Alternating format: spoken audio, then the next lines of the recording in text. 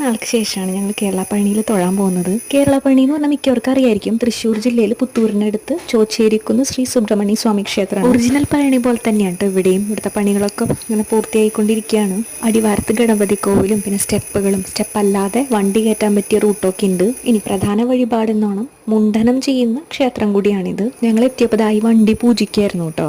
ക്ഷേത്രഗോപുരത്തിന്റെ പണികളൊക്കെ കംപ്ലീറ്റ് ആയിട്ടില്ല, അതൊക്കെ ഇങ്ങനെ നടന്നുകൊണ്ടിരിക്കുന്നുണ്ട്.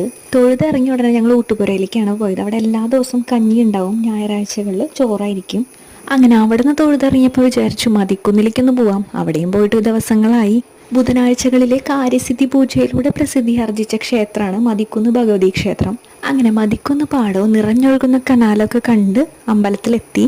കേരളപ്പഴനി അപേക്ഷിച്ചിട്ട് ഇവിടെ തിരക്ക് കുറവായിരുന്നു കേട്ടോ. ഇവിടെ ബുധനാഴ്ചകളൊക്കെ നല്ല തിരക്കായിരിക്കും. അതുകൊണ്ട് തന്നെ പതിയെ നടന്ന് സമയമെടുത്ത് നമുക്ക് തൊഴാൻ പറ്റി.